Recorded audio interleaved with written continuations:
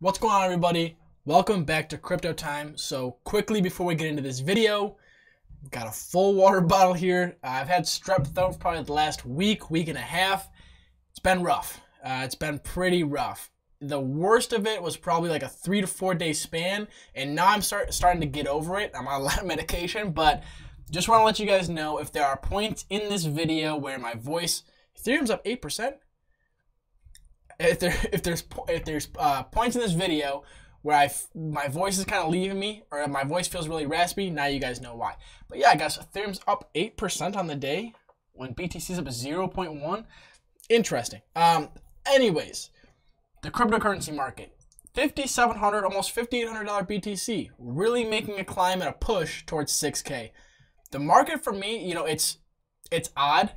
It's not like crypto to kind of rise this slowly for crypto standards, but I'm liking it. I like the steady pace. I think we're probably setting up for either a breakout, a bullish breakout, or a bearish breakout. I'm not going to call which one because I simply don't know, but it feels like the market's preparing to do something. So I'm excited to see what that's going to be. We'll see probably in the next month, I'd say. I'd time it, maybe a month to 2 months. Summertime's coming around the corner. Loving that. Hope you guys are all preparing for that as well. But getting into the meat of this video, and I also want to let you guys know I'm probably not going to be keeping the FaceTime on, or the face cam on the whole time. You guys are just going to hear my voice. But getting into this video, we have a sponsor, and that is W12. And this is actually a project that I'm pretty passionate about. Because charity is something that's actually very close to me. Not going to get into it too much, but I enjoy charities. I enjoy what they do for people, and I know firsthand that they can help people. However, I also know firsthand the damage that some charities have done in terms of falsely raising funds, not doing what they're supposed to with funds, and that actually happens a lot more often than you probably think or read into. So with that being said, W12 is a project that's basically going to make that whole process transparent and on the blockchain, which we all know can make these transactions and where the money is going, where the money is being held and sent, and all of those things much more transparent for those that are donating, or for those that even want to see what's happening with the funds, maybe from the outside, etc. So they are doing a IEO, and if you don't know what an IEO is, it's an initial exchange offering. Now, the plus of an IEO is it's much more transparent than an ICO. We all know, and W12 actually did a lot of information gathering, and they have put a couple charts in place on their pitch deck that we're going to be taking a look at in a couple minutes here. But they've done a really great job showing you all of the issues with ICOs. Not that we don't know them already, all of the scams, all of the, projects that acted like they were going to do things and never did them, never listed, and a lot of people were left with tokens or coins that were absolutely useless. They can't even put them on exchanges. They can't even trade them if they wanted to.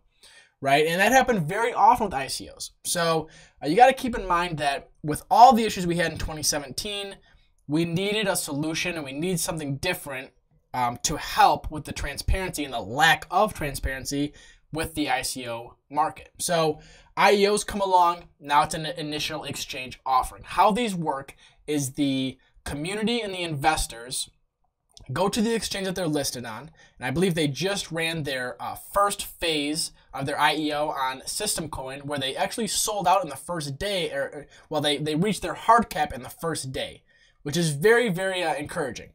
So what happens is the investors in the community will buy the tokens off of the exchange during the sale, and as soon as the sale ends, as soon as their phases end, the token is listed on the exchange for BTC pairs, as well as other pairs, probably Ethereum and BTC, where you can sell, buy, and exchange the token right away.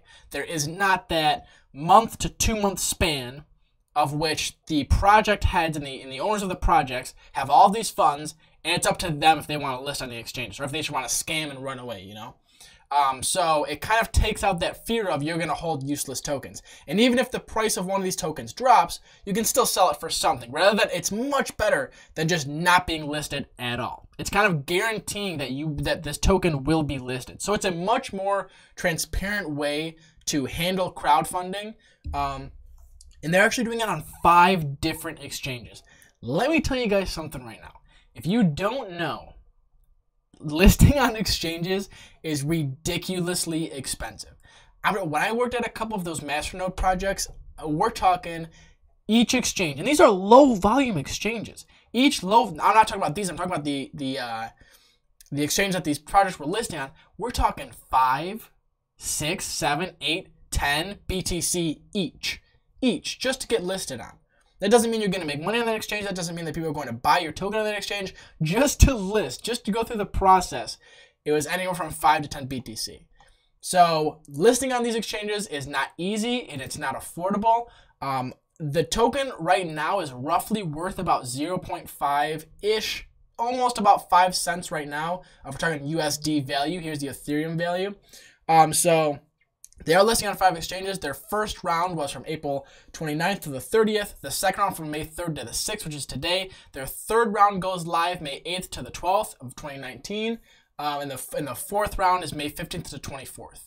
And after the 24th, at the end of May, they will officially be listed on 5 different exchanges, which is very, very promising and encouraging to see that they're going to go out of their way to be listed on this many exchanges during their IEO phase. Because they could just go through one if they want to. They could just go through one exchange and that'd be fine. But they chose to go on 5. That's a lot of spread out volume. It's a lot of opportunity for these different communities to get involved in W12. So with that being said, I'm going to link all these pages in the description below. Make sure to go check them out if you are interested.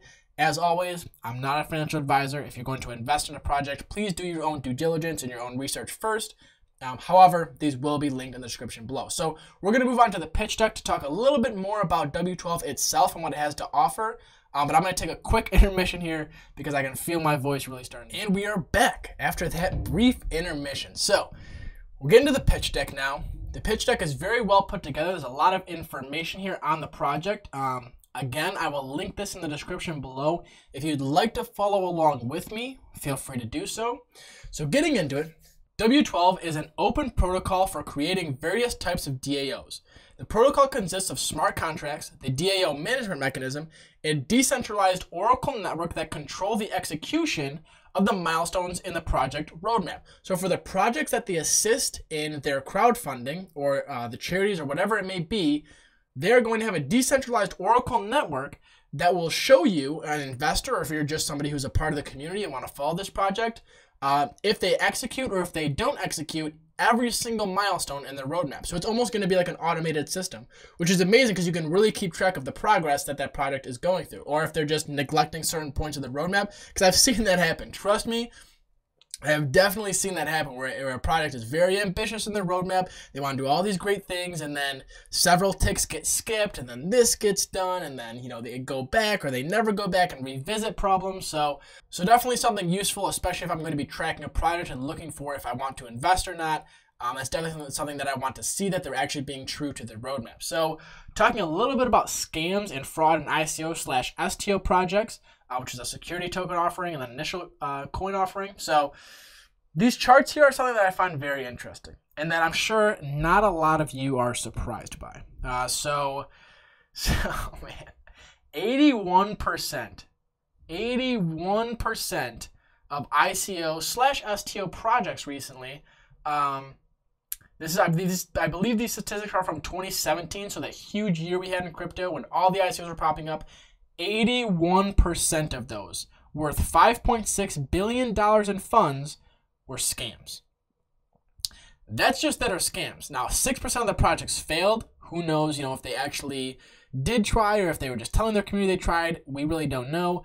5% have gone dead, so they were actively traded, but their volume has washed up, and there's no options for trading there anymore.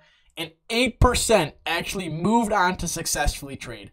8% of these projects moved on to trade, and the rest have failed, gone dead, have no volume, or never even made it to an exchange. That's why I was talking about how IEOs are so beneficial, that it kind of removes that middleman area in the time length between funds being raised, the investors holding these quote-unquote, at the moment, worthless tokens, and then being listed a month later, 2 months later, whatever the time span is.